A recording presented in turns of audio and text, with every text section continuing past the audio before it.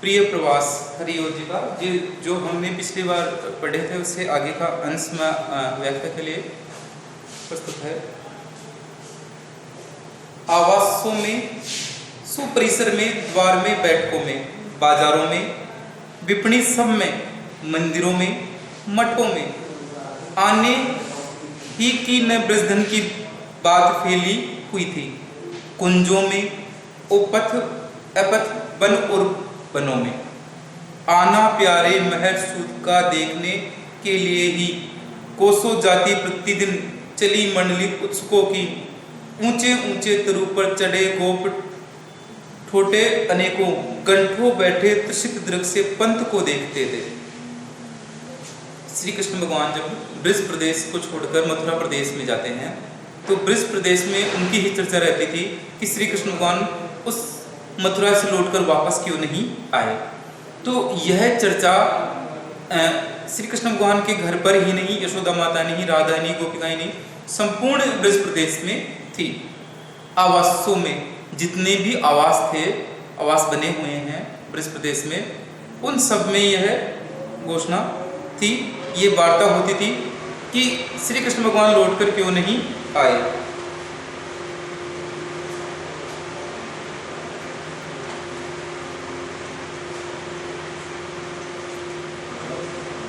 सुपरिसर में जो अच्छे अच्छे परिसर बने हुए हैं, उन परिसर में, द्वार में, जितने भी मुख्य द्वार हैं, नगर में घुसने का मुख्य द्वार है, अंदर के जो द्वार है वो द्वार में, वहाँ भी जो चौपाल लोग बैठते थे बैठकों में, द्वार के आसपास जो भी बैठक थे, जिस प्रकार हमारे जयपुर में भी खूब द्वार बने हुए हैं, और वहाँ प्राचीन समय में जो चौपालें लगा करती थी, तो सारा दिन के काम से निवृत्त होने के पश्चात व्यक्ति वहाँ बैठते थे।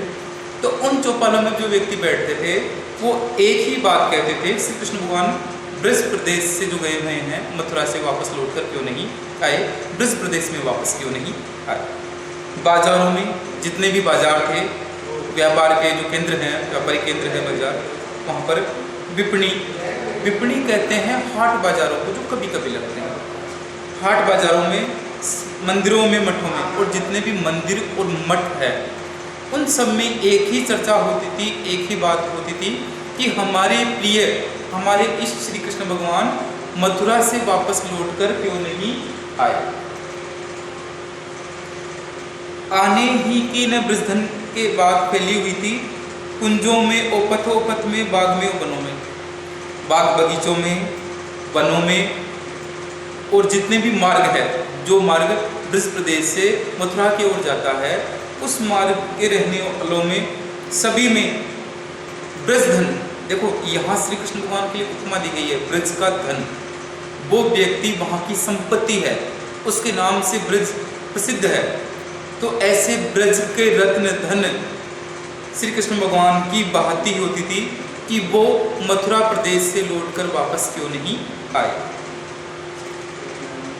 आना प्यारे महर सूत का देखने के लिए, महर सूत श्री कृष्ण भगवान के लिए प्रिय कि एक ही बात होती थी कि श्री कृष्ण भगवान लौटकर क्यों नहीं आए, हमें उनका जो सौंदर्यप्रक मुख देखना है ताकि हमारे सब कष्ट दूर हो सके। कोसों जाति प्रतिदिन चली मंडली उत्सुकों की। श्री कृष्ण भगवान को देखने के लिए जो उत्सुक जन थे, जो ग्वाले थे, गांव के ही जो अन्य लोग थे, उत्सुक थे, वो मंडली बनाकर जो मथुरा का मार्ग है उस मार्ग में काफ़ी दूर तक चली जाती थी कि पता नहीं कब श्री कृष्ण भगवान लौट के आए और हम उनको सर्वप्रथम देखेंगे, क्योंकि हम उस मार्ग पर जा रहे हैं। जिस मार्ग से कोई भी अपना अभिन्न आता है तो हम उस मार्ग में अगर पहले चले जाएंगे तो हम उसके दर्शन पहले कर लेंगे। तो यहाँ पर भी लोग मंडली बनाकर, जिसे हम ग्रुप कहते हैं आजकल, मंडली बनाकर वो उस मार्ग में, मथुरा के मार्ग में चले जाते हैं ताकि श्री कृष्ण भगवान का पहले दर्शन हो सके। ऊंचे ऊंचे तरु पर चढ़े गोप ठोटे अनेकों, छोटे छोटे गोप ग्वाले, छोटे जो ग्वाले हैं, छोटे बच्चे हैं जो गायों को चराने का कार्य करते हैं, वो बड़े बड़े वृक्षों के ऊपर चढ़ जाया करते थे और वो यही देखते कि श्री कृष्ण भगवान अगर उस तरफ से आ रहे हों तो हम उनको दूर से ही देख लेंगे कि हमारे ब्रज के जो रत्न है, ब्रज के धन है श्री कृष्ण भगवान, वो लौट कर वापस आ गए हैं। हमने उनका पहले दर्शन कर लिया है। कंठों बैठे त्रिशिक दृग से पंथ को देखते थे। ऐसे बालक जो ग्वालों के छोटे ग्वाले हैं, वो पेड़ पर चढ़कर घंटों, कई घंटों तक बैठे रहते थे। त्रिशिक दृग, त्रिशिक उत्सुक, दृग नेत्र, अपने उत्सुक नेत्रों से पंथ को, कौन सा पंथ? मथुरा का, मथुरा के मार्ग को लगातार देखते रहते थे। इसको बंद कर दिया।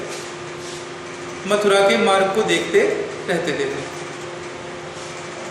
घंटों, कई घंटों वो अपने उत्सुक नेत्रों से कई घंटों ही देखते रहते थे कि श्री कृष्ण भगवान कब लौट कर आएंगे, कब लौट के आएंगे, और उनके नेत्रों से वो एकटक लगाकर मथुरा के मार्ग को निहारते रहते थे। उनके नेत्र इतने उत्सुक हो गए थे कि कब वो श्री कृष्ण भगवान के सौंदर्य को निहारेंगे। तो यहाँ हरिओं जी कहते हैं कि ग्वालों के जो छोटे बच्चे हैं, जो गायों को चराते हैं, छोटे बालक, वो बड़े ऊंचे ऊंचे वृक्षों के टहनियों के ऊपर चढ़ जाते थे और वहां पर बैठे बैठे घंटों अपने उत्सुक नेत्रों से श्री कृष्ण भगवान को निहारने की आशा लगाए, टकटके लगाए देखते थे उस मार्ग को जिस मार्ग से वो आएंगे। तो वहां उनको सबसे पहले उनके दर्शन लाभ हो जाएंगे। इस मनसा से, इस इच्छा से वो ऊंचे ऊंचे वृक्षों पर चढ़ जाते हैं। आके बैठी निज सदन की मुक्त ऊंची छतों में, मोखों में, उपथ में बने दिव्य वातायनों में, चिंता मगना विवश विकला उन्मना नारियों की दो ही आंखें सहस बन को देखती थी पंथ को। अब यहाँ नारियों के लिए हैं, जो ग्वालिने हैं, नारियां हैं। आके बैठी निज सदन की मुक्त ऊंची छतों में, मुक्त खुली खुली ऊंची छतों में भवन की, स्वयं के भवन की ऊंची छतों में, मोखो, मोखो कहते हैं जो रोशनदान होता है उसे, पथ पर बने दिव्य वातायन में, और रास्ते में जो हवा के वातायन बने हुए हैं, हवा का मार्ग बने हुए हैं, उनसे वो लगातार जो नारियां हैं चिंता मग्ना, चिंता में मग्न होकर, विवश, विवश है, विकल, बेचैन है, उन्मना, उन्मुन है, बेबस मन की ऐसी नारियां वो अपने दोनों नेत्रों से श्री कृष्ण भगवान के पंथ को निहारती ही रहती थी। आके कागा यदि सदन में बैठता था कहीं भी, तो तनमुंगी उस सदन की उसे थी सुनाती, जो आते हों कुंवर उड़ के काग तो बैठ जा तू, मैं खाने को प्रतिदिन तुझे दूध और भात दूंगी। आके कागा, कागा कौवा, कौवा यदि भवन के मुंडेर पर आकर बैठ जाता था सदन में कहीं भी, तो तनमिंगी जो सुंदर नारियां हैं उसको इस प्रकार के शब्द कहती कि तू उड़ जा, और अगर तू उड़कर श्री कृष्ण भगवान के आने का संदेश लेकर आएगा तो मैं तुझे खाने के लिए प्रतिदिन दूध और भात दूंगी। हमारे ये प्रचलन में है कि जब भी कौवा मुंडेर पर आकर बैठता है और वह कहते ही उड़ जाता है तो अपने किसी प्रियजन के आने का संदेश लेकर आता है। इसी लोकोक्ति को, इसी प्रचलित बात को आधार बनाकर ब्रज प्रदेश की जो नारी है वो भी यही कह रही है कि हे कागा, तुम मेरे मुंडेर पे आकर बैठ गए हो, यदि तुम उड़कर श्री कृष्ण भगवान के आने का संदेश लाओगे तो मैं तुझे खाने के लिए प्रतिदिन ही, रोज ही दूध और भात दूंगी। आता कोई मनुष्य मथुरा की ओर से जो दिखाता, नाना बातें सदैव उससे पूछते थे, सभी थे, यूं ही जाता पथिक मथुरा की ओर जनाता, तो लाखों ही सकल उससे भेजते थे संदेश। यदि कोई मनुष्य मथुरा के मार्ग से आता हुआ दिखाई देता तो नाना बातें, अनेकों बातें सह दुख के साथ उससे पूछते सभी थे। जो ब्रज प्रदेश के लोग थे वो मथुरा मार्ग से आने वाले जो भी मनुष्य हैं उनसे वहाँ की अनेकों बातें पूछते थे। हमारे प्रिय श्री कृष्ण भगवान कैसे हैं, उनके हालात कैसे हैं, वो कब लौट कर वापस आएंगे, मथुरा नगरी कैसी है और वो किस तरह वहाँ रहे हैं। यूं ही जाता पथिक मथुरा की ओर जो जनाता, तो लाखों ही सकल उससे भेजते थे संदेशे। और यदि कोई पथिक राहगीर उस तरफ जाता ब्रज प्रदेश से कि मुझे मथुरा जाना है, तो उसके हाथों लाखों संदेश कि मेरा ये संदेश श्री कृष्ण भगवान को कह देना, मेरा ये संदेश श्री कृष्ण भगवान को कह देना। फूलों पत्तों सकल तुरों में लता बेलियों से, आवासों से ब्रजवनी से, पंथ किरणों से, होती सीती ये धुनी सदा कुंज से कानों से, मेरे प्यारे कुंवर अब भी क्यों नहीं गए है आए।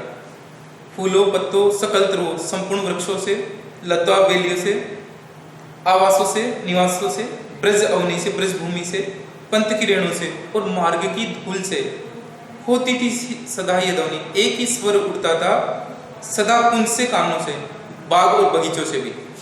यहाँ पूरा हरिओं जी कहते हैं कि फूल पत्ते, लता बेलियां और संपूर्ण वृक्ष से, भवनों से, ब्रजभूमि से, मार्ग की धूल से और बाग बगीचों से एक ही ध्वनि आती थी, मेरे प्यारे कुंवर अब भी क्यों नहीं गेह आए। कि मेरे प्रिय जो श्री कृष्ण भगवान है वो गेह घर लौट कर वापस क्यों नहीं आए, वो मथुरा में अब तक कैसे रुक गए, अब ब्रज प्रदेश को कब लौट कर आएंगे, इसी आशा में सभी चिंतित है। पूरा ब्रज प्रदेश चिंतित है। वहाँ के लोग, बच्चे, अमुक प्राकृतिक जो संपत्ति है, वनस्पतियां भी, पेड़ पौधे भी, बाग बगीचे भी, वो सब भी यही चाहते हैं श्री कृष्ण लौट कर वापस आ जाएं। और सबकी एक ही चिंता है कि वो अब तक लौट कर घर क्यों नहीं आए। धन्यवाद।